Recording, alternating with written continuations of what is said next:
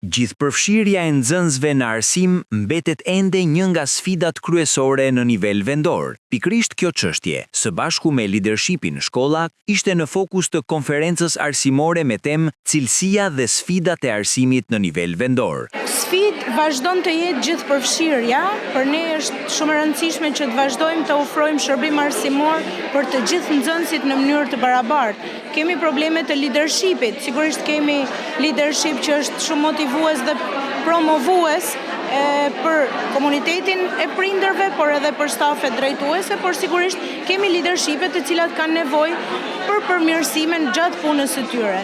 Dhe konferenca këtë synon të bëj.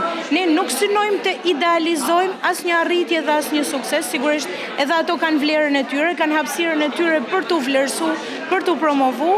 Kjo e sotmja shërben për të përballuar të gjitha sfidat që ne hasim në përditshmërinë tonë. Nga ana e tij, rektori i Universitetit të Shkodrës Luigjë Gurakuqi Tonin Gjuraj u ndalte sfidat e arsimit të lartë dhe i bëri thirrje maturantëve që ta kenë Universitetin e Shkodrës si zgjedhje prioritare për vijimin e studimeve. Së shpejti maturantët do bëjnë zgjedhjen e tyre dhe natyrisht në kuadër të lirisë zgjedhjes që ato kanë, dhe është krejtë e natyrshme, të mund të konsiderojnë, sepse nuk do t'i zhgënjejmë si zgjedhje të parë Universitetin e Shkodrës Luigjë Gurakuqi. Për te sfidave, vështirësive që ne kemi, ne po bëjmë përpjekje shumë të mëdha për të diversifikuar imazhin e këtij institucioni, për të diversifikuar dhe për të zgjeruar ofertën tonë akademike.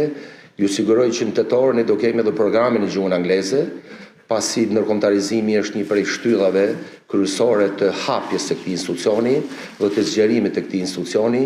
Natyrisht, siç jeni ndjeni, edhe rishikimi i ligjit të arsimit lartë pikërisht synon zgjerimin e autonomisë universitare.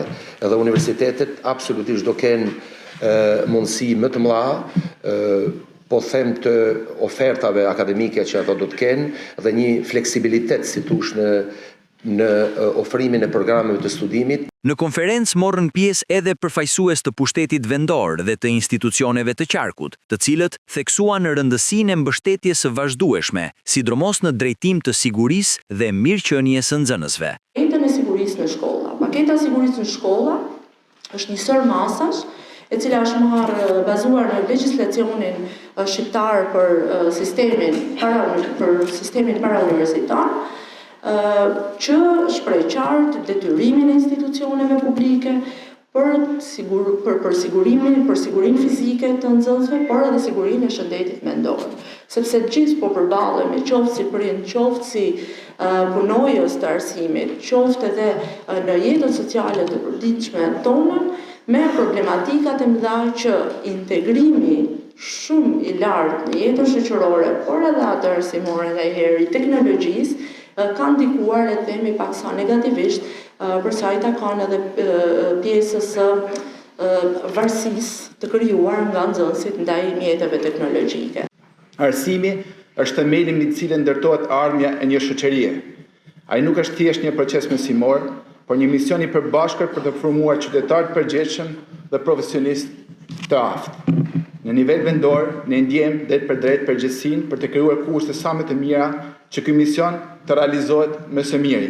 Konferenca u zhvillua në Shkodër, në kuadër të javës së mësuesit.